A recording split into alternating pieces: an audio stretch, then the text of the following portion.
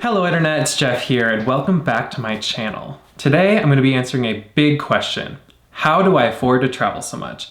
This is the #1 question I get asked whenever I post travel content. How do I travel so often? How do I afford it? How can you do it too? So this is a big question with a big answer and it varies every trip, but I've narrowed down my explanation to 6 ways. And I realize these 6 ways might not apply to everyone the same way it has for me, but I hope by sharing with you how I've been able to do it over the years, maybe you can gain some insight or inspiration in order to save for your dream trip. This is me just being honest, telling my story and telling you how I did it. This is not me telling you how you have to do it. Again, I'm on this platform just to share my insight and I hope you can gain something from it too. So let's get into it. So the first way I've been able to afford travel is volunteer trips.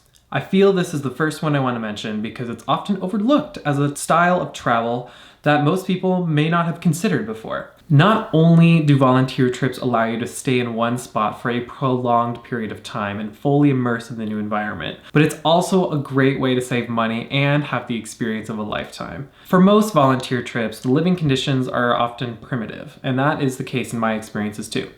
But you need to realize that the real value of travel is the experience itself. Another great reason why I love volunteer trips so much is because you get to really bond with the other volunteers. And oftentimes this is a collection of people from all around the world and you get to spend some really intimate time with these people. They become your family very fast. In 2019, I volunteered for a program in South Africa doing wildlife reserve work. It was for an organization called GVI, and they have volunteer programs all around the world, but I chose this one in South Africa because, for those of you who don't know, I am very passionate about wildlife conservation, so it made sense I do this one in South Africa. And I went for 2 months and lived on a research base, and it was a life-changing experience. I can safely say it was the best experience of my entire life. From a financial point of view, it was several $1,000s, but I have to really think back at what the value was in that trip. For a few $1,000s, I spent over 2 months in South Africa, in the bush, and yes, the living conditions were quite primitive, but I pretty much went on safari twice a day, every day for 2 months. And I made very deep, valuable connections with the other volunteers on that trip. And now I'm still in touch with them to this day. So I do have a video about this on my YouTube channel if you're curious to know more about what that was like. There is so much I could say about this trip and how wonderful it was. And that's why I wanted to include this as the first way I've been able to afford travel. The second way is discipline. Discipline is a critical part in building my travel funds. For those of you who are new here, I am very passionate about travel, and this is an integral part of who I am. I've dedicated a lot of my focus and determination and motivation in creating my next travel experience. And I wouldn't have been able to go on any of these travel experiences without working really, really hard. To give you a better idea what kind of work I've done in the past, I've been a videographer and photographer for over 7 years running my own freelance business. I've been a house cleaner, pet caretaker, furniture mover. I've been a server at a sushi restaurant for over 2 years, picking up shifts when I can. I picked up a lot of side jobs and it's been a huge hustle and it's always worth it.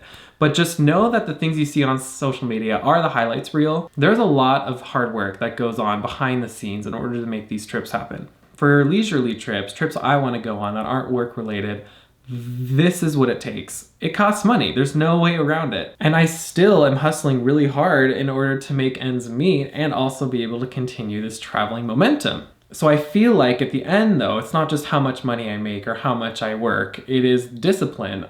Making sure that I set travel goals and working towards them and realizing every single time I make money, how much of this is going into the next travel fund. And I really owe a lot of my experiences to discipline, so this is why it is the second way I've been able to afford travel. The third way is scholarships. Again, I realize this might not apply to everyone the same way, but I have been a student for over the 4 years studying in my undergrad, and a lot of the travel over the years for me have been designed around my academic schedule. So when I'm talking about scholarships, yes, a lot of them were applied for my study abroad, but it's also just scholarships in general. Starting in high school and then into college, I applied for every scholarship under the sun, and this was meant to go back into my studies, but the more I was able to deduct from my tuition, the more money from my income I was able to save for my travel funds. In my undergrad, I did a 4-year program, which was essentially a minor. It was called Global Leadership, and what I had to do was take classes, take courses, take seminars, and then even a capstone project in order to qualify for some big scholarships that funded travel for students abroad.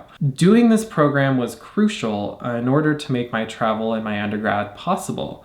On top of that, I made a lot of decisions at a young age that were conscientious of my financial condition coming out of school. For example, I really wanted to go out of state when I graduated high school. I wanted to go to New York City. I wanted to go to LA. I mean, who doesn't? I'm from Montana. I kind of wanted to get out for a bit.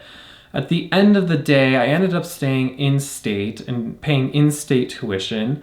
It just made more financial sense. And in retrospect, I'm really happy I did, because it just made the overall undergrad experience way less financially constrained. And all of these decisions just kept leading up to me being able to travel more often. I hope this is helpful to you.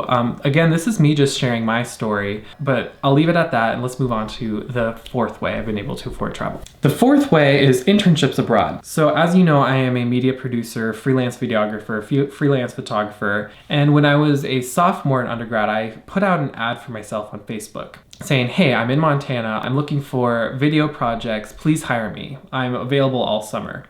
And I was expecting a job to come up maybe in Montana, but what turns out, this one connection I had in Rome, Italy, my dear friend, Mitra, tour guide Mitra, if you know her on social media, she saw the ad and she realized she wanted to amp up her social media presence for her newly founded tour operator in Rome, Italy. Yes, she was in Rome, Italy and saw my ad. Long story short, a week later after I posted that, I ended up in Rome. And I ended up there for several weeks and it was awesome. We did a lot of video projects, we did a lot of photography projects, all meant to elevate her digital presence online. And it turned into an internship that summer, and it was an incredible experience. And the exchange was that they were going to expense my travel and living while there in exchange for me helping them out and bolstering my own portfolio as a multimedia creative. But the story doesn't end there. I ended up going back the following summer, and today I am still working on projects for them. And that is one way I've been able to go to Italy so often. So how does this apply to you? I just want you to know that there are tons and tons of internships abroad, and if you do some time researching, you'll find them. So this brings me to the fifth way I've been able to afford travel, and that is research. Research is a huge part of how I've been able to afford travel. I spend a lot of time researching tour operators and experiences because I want to make sure the value is there when I travel. I do a lot of background checks and a lot of vetting just to make sure that my dollar is going to be spent the way I want to for my personal travel experience. I am definitely someone who likes to plan my travel ahead of time and make an itinerary, and that's just kind of more of the type A inside of me. But don't get me wrong, there's plenty of room in my itineraries for spontaneity, for discovery, for things that I might not have planned for in advance. But I do feel like on the flip side, people who go on a trip and have no idea what they're expecting, they just show up on day one and every single hotel in town is booked or something, and then they ended up in this super astronomically expensive place just because there were no other options. That is because there wasn't any research invested into the trip. So I felt like that was worth mentioning as a fifth way. So the sixth and final way I've been able to afford travel is probably the most important, and that is connections. It is really the connections I have created with time around the world that have allowed me to travel more freely over the years. This is coming from someone who at 18 years old did not really have an international network by any means. But I will say that if you are kind and you are outgoing, and when you're traveling abroad, you meet people with a bright smile, they will become a connection for you wherever they are from in the world. My experience in South Africa volunteering, I became family with these people from all around the globe, and I'm still in contact with them today. Throughout my travels and throughout my internship abroad in Rome, the network just keeps growing.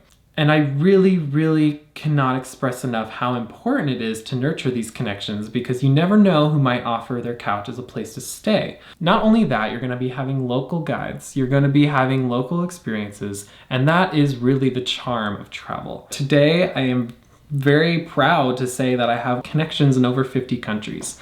Think of all the people you know, and then think of how many people they know. You could be one mutual friend away from unlocking the world.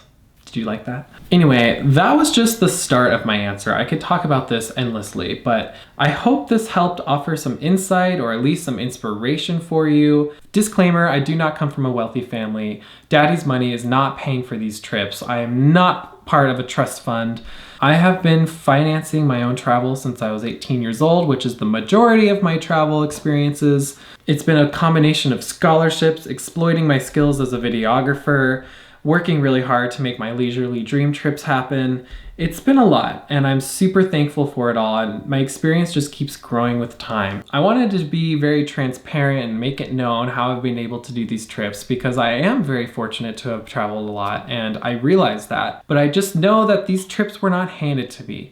If you want to gain more travel insight and hear more about my travel experiences, subscribe to this channel. I hope this video helped inspire you to make your dream adventure happen. Thanks again for watching. I'm Jeff, and I hope you have a wonderful dream trip wherever you're going. Safe travels.